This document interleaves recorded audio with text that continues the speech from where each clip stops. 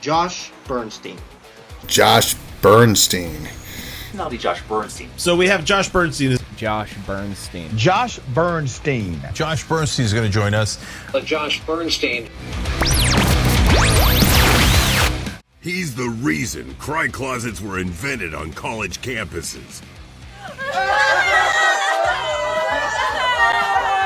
More terrifying to liberals than their favorite Starbucks running out of soy milk. More enraging than a transitioning snowflake being called by the wrong pronoun. Excuse me, it's ma'am. It is ma'am. What is wrong with this guy? But I do want to point out, this guy is not a nobody. This guy was on Roku TV. He had his own Roku TV channel. He has a massive audience. What is wrong with you, man? In urban cesspool, your privilege don't work here. And do you get that people think that's cuckoo for Cocoa Puffs? Like, This next fella, Josh Bernstein, who seems nice, he has his own live stream and hates Democrats. He triggers the left more than a newborn baby holding an AK-47 at a school choice rally. Here's the left's most hated conservative voice, Josh Bernstein.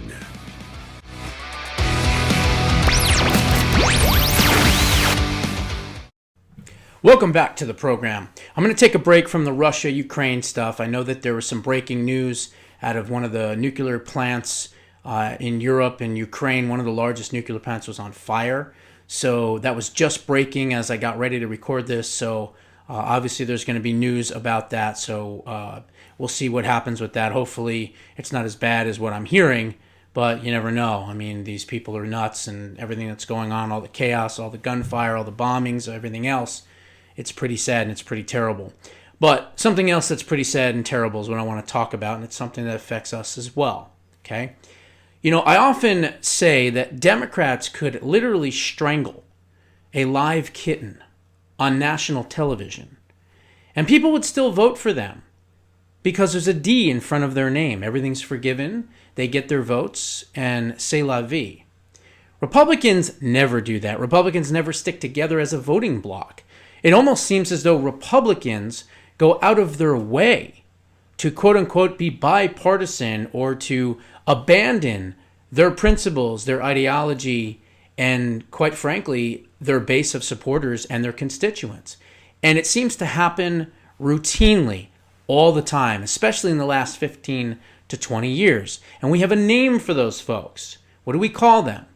We call them rhinos, right? Republican in name only. Well, what if it's worse than that, folks? What if it's worse than that? What if the Mitt Romneys and the Lizard Cheneys and the Adam Kinzingers are not just rhinos? What if they're actually Democrats? Okay? Now, before you think that this is too conspiratorial or there's no proof of that, hear me out on this, okay?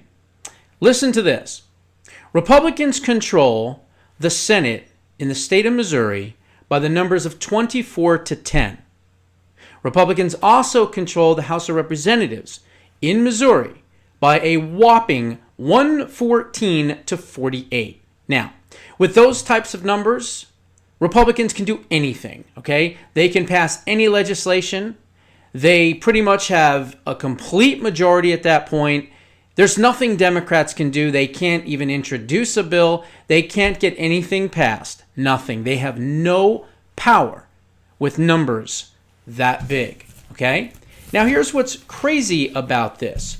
You would think if these are all quote-unquote Republicans, well, then they would be passing legislation that would be conservative legislation, that would be things for election integrity, to make things better for the people of Missouri, right? As far as being able to vote in free and fair elections and to, you know, get rid of the shenanigans and all the other things, right? When it came to redistricting, they completely punted. They allowed the Democrats. Now, why would a majority, supermajority really, in Missouri do these things? Well, it gets even worse than that, okay? These so-called Republicans must love the taste of a gun barrel deep down their throat, because they're about ready to pull the trigger and commit political suicide by adopting a Democrat-supported voter fraud scam, that's what I'll call it, known as ranked voting, okay? Now, with ranked voting, what it does is it allows voters to, quote-unquote, rank their candidates by preference on the ballot. So, for instance, if a candidate has a majority of first-ranking preference votes, then they are declared the winner. And this, by the way, is regardless of party. So this would allow a rhino establishment Republican or even a Democrat to block a real conservative reformer, someone that was actually going to get elected and actually do something to make the country and the state better, from even being elected to office. Because again, the establishment of the party, the Democrats are all together. They would work together to block the conservative candidate from reaching first rank preference. Okay? Now, this is why the so-called Republicans are pushing this scam. It is basically to eliminate real true conservatives and either use rhinos or actual Democrats instead.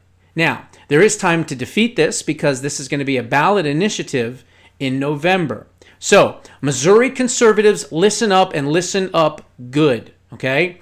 There's a group out there called, quote, Better Elections. They are not about better elections. They're about worse elections. And they are anti-Trump establishment folks, some rhinos, even some Democrats, okay? They are a far-left anti-Trump group. And they want to amend your state constitution, folks. They want to amend the Missouri state constitution to allow these voters to vote for any candidate, regardless of party. And then what happens is the top 4 candidates would then go to the general election. And at that point, basically, all they really have to do is fix the votes, get rid of the real true conservative, and who knows, maybe they make a deal. Hey, you know what? You're a rhino, you're a moderate Republican. Okay, fine, it's your turn. Next time it's our turn as Democrats. And it's, you know, they got their arms locked around each other and they're walking around in circles. And that's what they're doing. And it's been going on for years. Okay? Now, let's talk about Wisconsin.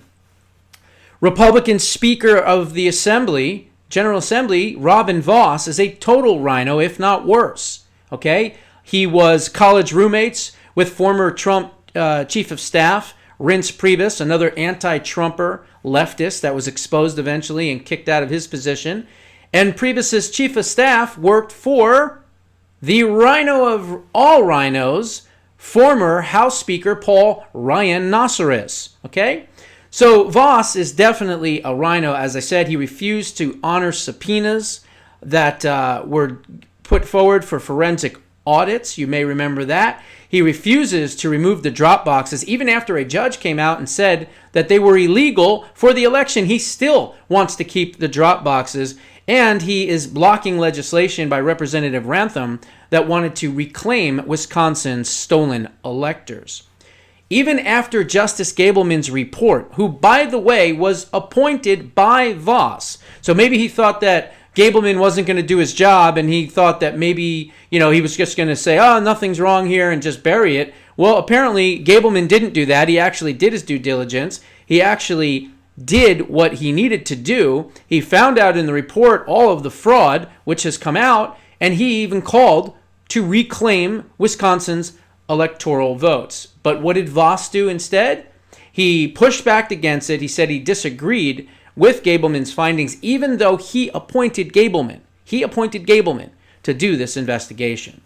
In Arizona, the Arizona legislature voted to hold the corrupt Maricopa County Board of Supervisors in contempt of court for ignoring their state legislation subpoenas. And what did they do?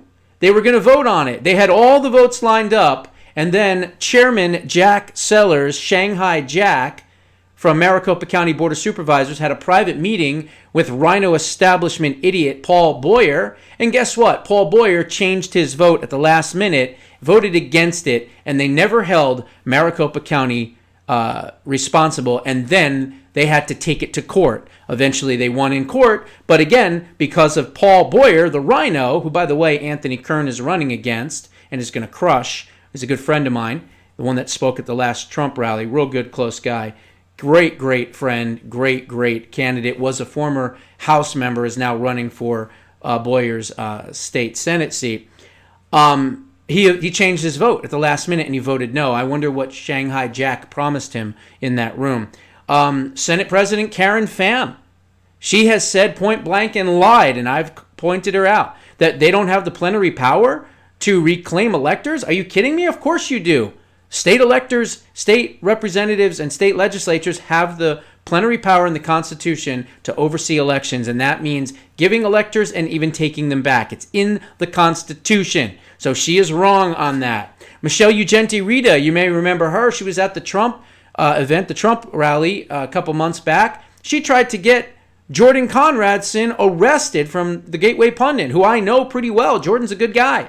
Tried to get him arrested because he called her out on some votes that she did, or the fact that maybe she skipped some of those votes. She actually called the police on him just for asking questions, okay? And let's not forget the bullshit artist, right? Rusty Bowers, the Speaker of the House in Arizona, who, by the way, is close friends with Soros puppet Katie Hobbs, and they're close friends. Katie Hobbs fixed his recall election. We tried to get rid of him, fixed it, and threw out a whole bunch of votes, thousands and thousands of votes, so made it so that the recall failed, even though we had more than enough votes to recall him, right? He has now decided that he's taking excellent legislation introduced by Wendy Rogers, Sonny Borelli, Kelly Townsend, a bunch of others, great folks that are working hard on election integrity in Arizona's legislature. He decided to take those bills and disperse them into different committees so that they would get lost and they'd never get a vote. Well, guess what, Rusty? We are working on ballot initiatives instead, because we are going to push and we're going to get those done regardless of what you think. We're going to let the people of Arizona vote on it, and we got a good chance for all of that to be passing. So he's another dirtbag, and of course, how can we forget numbskull Numchucks Brnovich, right? Who would rather swing around nunchucks instead of giving out subpoenas and arresting people, okay? He said that he's still, quote-unquote, looking into what happened in Arizona. Please, are you kidding me? It's been over 6 months since he's had the criminal referral, and not only that, I know for a fact in his possession, I know that he has seen the video of people deleting voter databases in Maricopa County. He knows who they are. They've been identified, and yet, no arrests have been made. And finally, you may remember the story that I did back in July of 2021 about the shady fake Republican group known as Landmark Communications.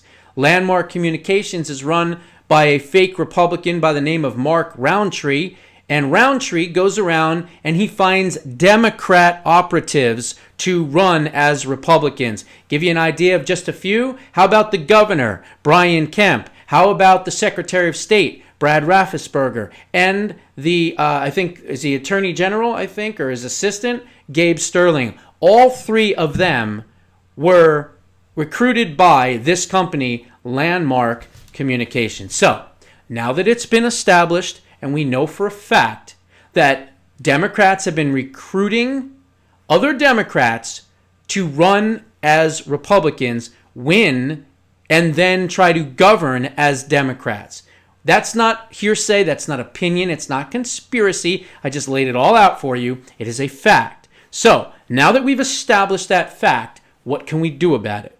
Well, first and foremost, we can give them a piece of their own medicine. Give them a taste of their own medicine. And what do I mean by that? Well, what I suggest that we do, and we can't roll this out nationwide because it could be dangerous, okay? Point blank, if you allow too much of a majority in the House and Senate and the state legislatures, they can block legislation because it is unfortunately not based on ideology, folks. It's based on an R or a D. And if there's too many D's and not enough R's, they can pass anything they want. So this would not be something I'd want to roll out nationwide. Certainly not yet.